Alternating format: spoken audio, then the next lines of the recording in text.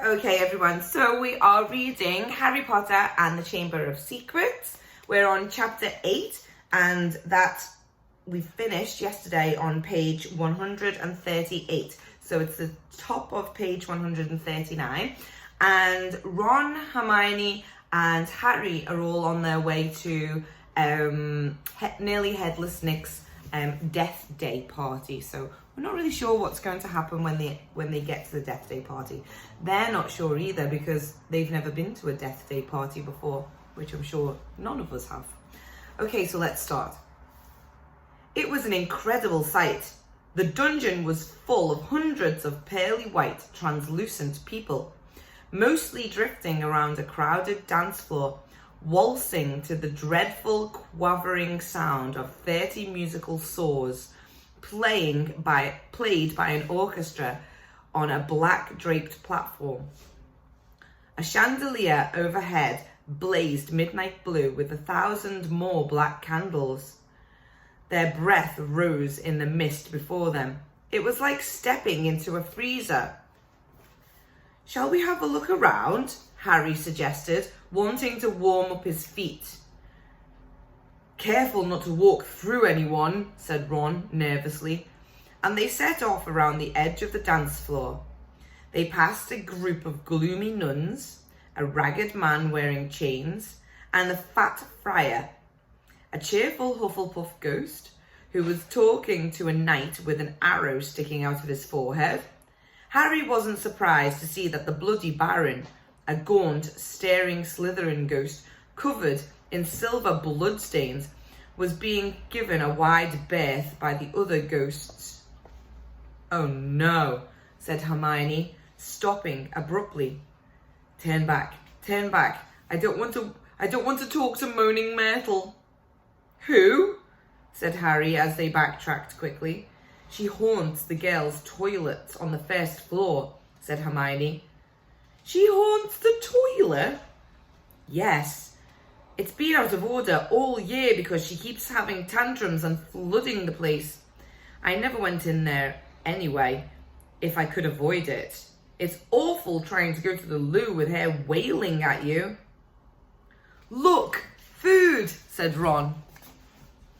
On the other side of the dungeon was a long table, also covered in black velvet.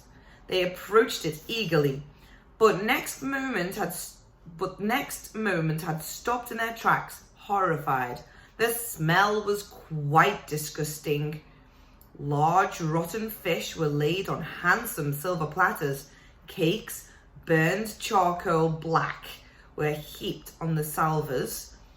There was a great maggoty haggis, a slab of cheese covered in fairy green mould, and in pride of place, an enormous grey cake in the shape of a tombstone, with tartar icing forming the words, "Sir Nicholas de Mimsy Porpington, died 31st of October, 1492. Harry watched, amazed, as a portly ghost approached the table, crouched low and walked through it, his mouth held wide so that it passed through one of the stinking salmon. "Can you taste it if you walk through it?" Harry asked him. "Almost," said the ghost sadly, and he drifted away. "I expect they've let it rot to give it a stronger flavour," said Hermione knowledgeably, pinching her nose and leaning closer to look at the putrid haggis. "Can we move? I feel sick," said Ron. They had barely turned around, however, when a little man swooped suddenly from under the table and came to a halt in mid-air before them. "Hello, Peeves," said Harry cautiously. Unlike the ghosts around them, Peeves the poltergeist was the very reverse of pale and transparent. He was wearing a bright orange party hat, a revolving bow tie, and a broad grin on his wide, wicked face. "Nibbles," he said sweetly, offering them a bowl of peanuts covered in fungus. "No thanks," said Hermione. Heard you talking about poor Myrtle, said Peeves, his eyes dancing. Rude. You rude you was about poor Myrtle. He took a deep breath and bellowed, Oi, Myrtle! Oh no, Peeves, don't tell her what I said. She'll be really upset. Hermione whispered frantically. I didn't mean it. I don't mind her. Hello, Myrtle. The squat ghost of a girl had glided over. She had the glummest face Harry had ever seen, half hidden behind lank hair and thick, pearly spectacles. What? She said sulkily. How are you, Myrtle? Said Hermione in a falsely bright voice. It's nice to see you out of the toilet. Myrtle sniffed. Miss Granger was just talking about you, said Peeves slyly in Myrtle's ear.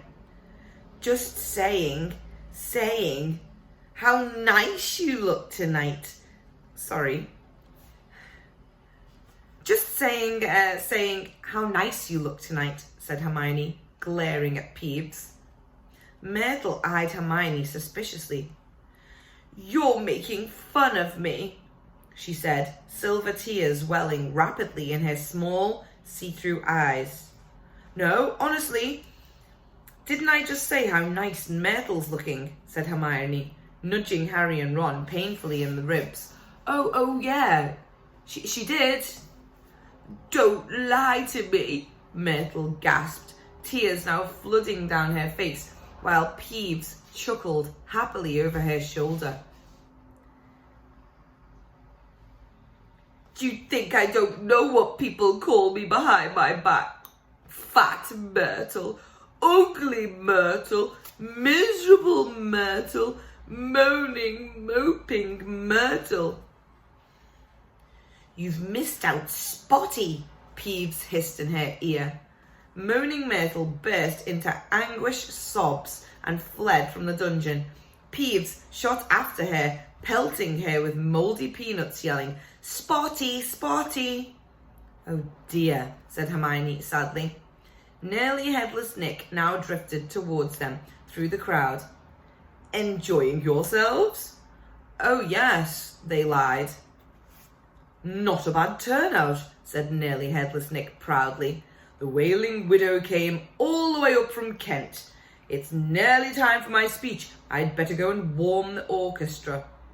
The orchestra, however, stopped playing at the very moment. They and everyone else in the dungeon fell silent, looking around in excitement as a hunting horn sounded. Oh, here we go, said Nearly Headless Nick bitterly. Through the dungeon wall burst a dozen ghost horses, each ridden by a headless horseman. The assembly clapped wildly. Harry started to clap too, but stopped quickly at the sight of Nick's face. The horses galloped into the middle of the dance floor and halted, rearing and plunging a large ghost at the front, whose bearded head was under his arm. Blowing the horn, leapt down,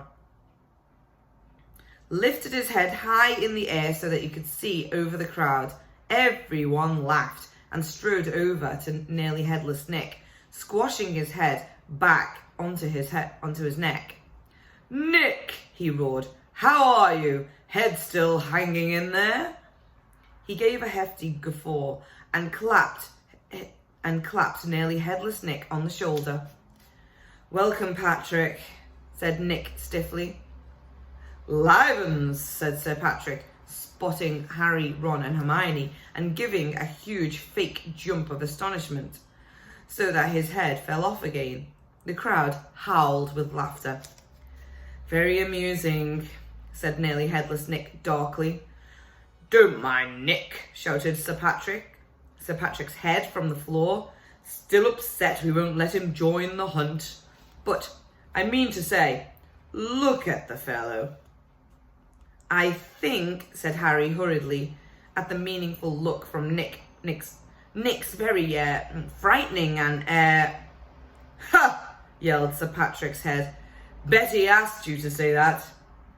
If I could have everyone's attention for the time, if I could have everyone's attention, it's time for my speech, said Nearly Headless Nick loudly, striding towards the podium and climbing into an icy blue spotlight.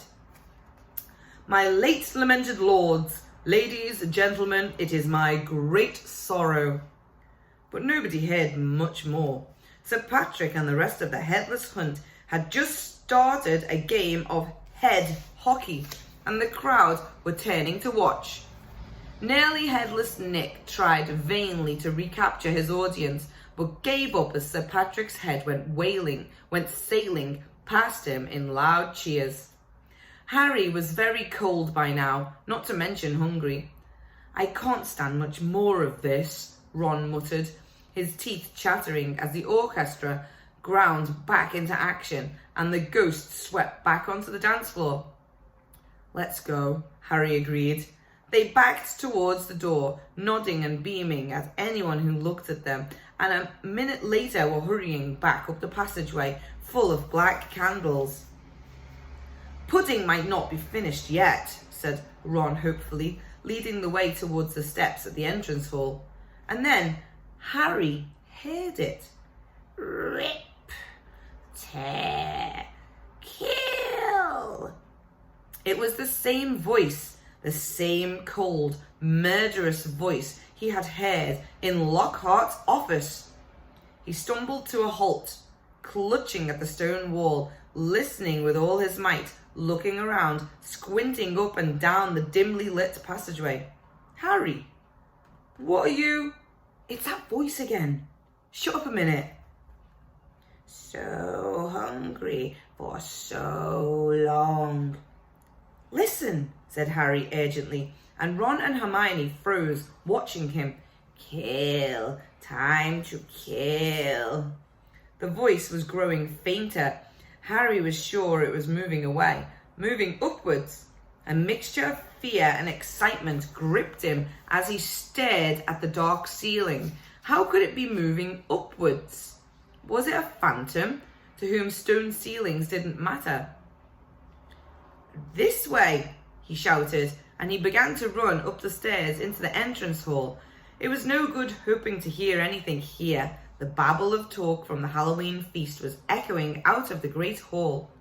Harry sprinted up the marble staircase to the first floor, Ron and Hermione clattering behind him.